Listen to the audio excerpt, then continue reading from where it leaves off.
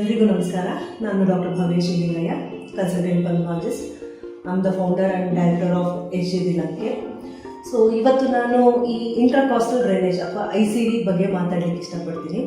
So ಏನಿದೆ ಇಂಟ್ರಾಕಾಸ್ಟಲ್ drainage ಅಂದರೆ, ಎಷ್ಟೊಂದು ಸಲ ಡಾಕ್ಟರ್ ಹೇಳ್ತಾರೆ ನಿಮ್ಮ ಪೇಷಂಟ್ ಒಂದು ಪೈಪ್ ಹಾಕಬೇಕು ಅಥವಾ ICD ಹಾಕಬೇಕು ಅನ್ನೋದು. ಸೊ ಅದ್ರ ಬಗ್ಗೆ ಇವತ್ತು ಡೀಟೇಲ್ ಆಗಿ ಹೇಳ್ತೀನಿ. ಸೊ ನಿಮ್ಗೆ ಗೊತ್ತು, ಇದು ನಮ್ಮ ಶ್ವಾಸಕೋಶ, ಒಂದು ಭಾಗ ಶ್ವಾಸಕೋಶ ಸುತ್ತ 2 ಪರದೆಗಳಿರ್ತವೆ, ಅದಕ್ಕೆ ಪ್ಲೂರಾ ಅಂತ ಹೇಳ್ತೀವಿ. 2 ಲೇಯರ್ಸ್. ಆ ಲೇಯರ್ಸ್ ಮಧ್ಯೆ ಒಂದು ಸ್ಪೇಸ್ ಇರುತ್ತೆ, ಅದಕ್ಕೆ ಪ್ಲೂರಲ್ ಸ್ಪೇಸ್ ಅಂತ ಹೇಳ್ತೀವಿ.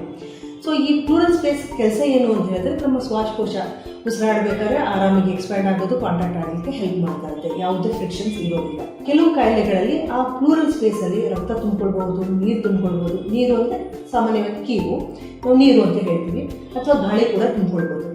ಯಾವ ಸಂದರ್ಭ ಅಂದರೆ ಈ TB ಆದಾಗ, ನ್ಯೂಮೋನಿಯಾ ಆದಾಗ, ಅಥವಾ ಕ್ಯಾನ್ಸರ್ ಲಕ್ಷಣಗಳು ಕಂಡುಬಂದಲ್ಲಿ, ಅಥವಾ ರೋಡ್ ಟ್ರಾಫಿಕ್ ಆಕ್ಸಿಡೆಂಟ್ ಆಗಿರುತ್ತೆ, ಏಟಾಗಿರುತ್ತೆ, ಮೂಳೆ ಮುರಿದಿರುತ್ತೆ, ಹೊರಗಡೆಯಿಂದ ಗಾಳಿ ಒಳಗಡೆ ತುಂಬಿಕೊಳ್ಬಹುದು, ಅಥವಾ ಒಳಗಡೆ ರಕ್ತನಾಳಗಳು ಓಪನ್ ಆಗಿ ಈ ಸ್ಪೇಸಲ್ಲಿ ರಕ್ತ ತುಂಬಿಕೊಳ್ಬಹುದು.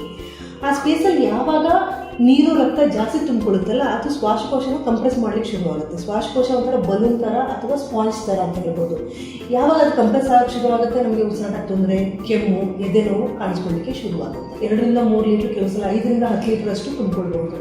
ಅಂಥ ಸಂದರ್ಭದಲ್ಲಿ ನಾವು ಒಂದು ಸಣ್ಣ ಪೈಪ್ನ ಎದೆ ಒಳಗೆ ಇಡ್ತೀವಿ, ಅದನ್ನೇ ಇಂಟ್ರಾಕಾಸ್ಟಲ್ ಡ್ರೈನೇಜ್ ಅಂತ ಹೇಳ್ತೀವಿ.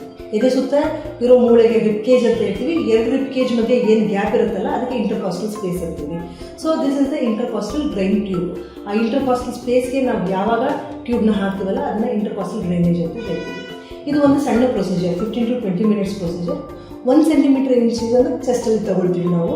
ನಮ್ಮ ಸರ್ಜಿಕಲ್ ಇನ್ಸ್ಟ್ರೂಮೆಂಟ್ಸಿಂದ ಈ ಪೈಪ್ ಹಾಕಿ ಈ ಶ್ವಾಸಕೋಶದ ಒಳಗಡೆ, ಬಟ್ ಪ್ಲೂರಲ್ ಸ್ಪೇಸ್ ಒಳಗಡೆ ಈ ಡ್ರೈನ್ನ ಇಡ್ತೀವಿ. ಇಷ್ಟು ದೊಡ್ಡ ಪೈಪ್ ಇಟ್ಟಾಗ ಆ ನೀರು, ಕೀವು, ರಕ್ತ ಏನಿರುತ್ತಲ್ಲ ಅದು ಹೊರಗಡೆ ಡ್ರೈನ್ ಆಗಿ ಬರುತ್ತೆ.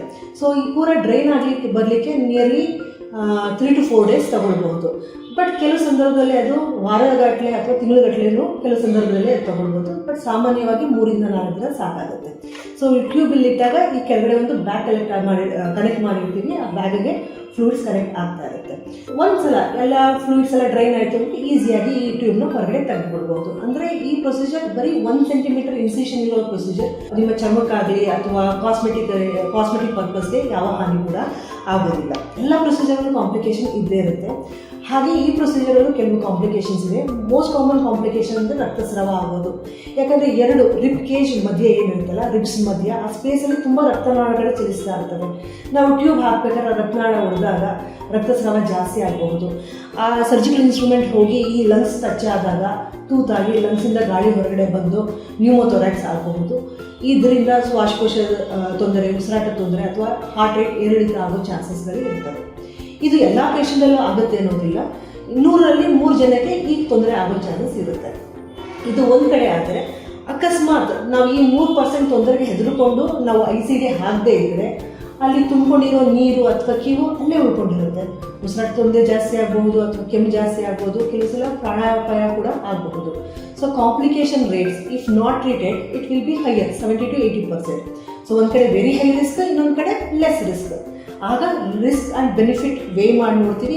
ಲೆಸ್ ರಿಸ್ಕ್ ಕಡೆ ನಾವು ಹೋಗಿ ಈ ಟ್ಯೂಬ್ನ ಹಾಕಬೇಕಾಗುತ್ತೆ. ಅಕಸ್ಮಾತ್ ಈ ಟ್ಯೂಬ್ ಹಾಕ್ದೇ ರಕ್ತ ಅಲ್ಲೇ ಉಳ್ಕೊಳ್ತು ಅಂದರೆ ಇಮಿಡಿಯೇಟಾಗಿ ನಿಮ್ಗೆ ಏನು ತೊಂದರೆ ಆಗದೆ ಇರಬಹುದು. ಬಟ್ ಲೇಟರ್ ಡೇಸ್ 10-15 ಇಯರ್ಸ್ ಆದಮೇಲೆ ಆ ರಕ್ತ ಕಲ್ಲಿನ ಥರ ಆಗಬಹುದು, ಕೀವು ಕಲ್ಲಿನ ಥರ ಆಗಿ ಶ್ವಾಸಕೋಶ, ಆ ಭಾಗದ ಶ್ವಾಸಕೋಶ ಕೆಲಸ ಮಾಡಿದವರಿಗೆ ನಿಂತುಬಿಡ್ಬಹುದು. ಈಗ ನಿಮಗೆ 20-30 ವರ್ಷ ಇರಬೇಕಾದ್ರೆ, ನಿಮ್ಮ ವಯಸ್ಸು ನಿಮ್ಗೆ ಏನೂ ತೊಂದರೆ ಕಾಣದೇ ಇದ್ರೂ ಕೂಡ ನಿಮಗೆ 45-50 ವರ್ಷ ಆದಾಗ ಈ ತೊಂದರೆ ಕಾಣೋಕ್ಕೆ ಶುರು ಆಗ್ಬೋದು. ಸೊ ನಾವು ಅದನ್ನೆಲ್ಲ ತಲೆಯಲ್ಲಿ ಇಟ್ಕೊಂಡು ICD ಸಜೆಸ್ಟ್ ಮಾಡ್ತೀವಿ ಹಾಗೂ ICD ಡ್ರೈನ್ನ ಹಾಕ್ತೀವಿ.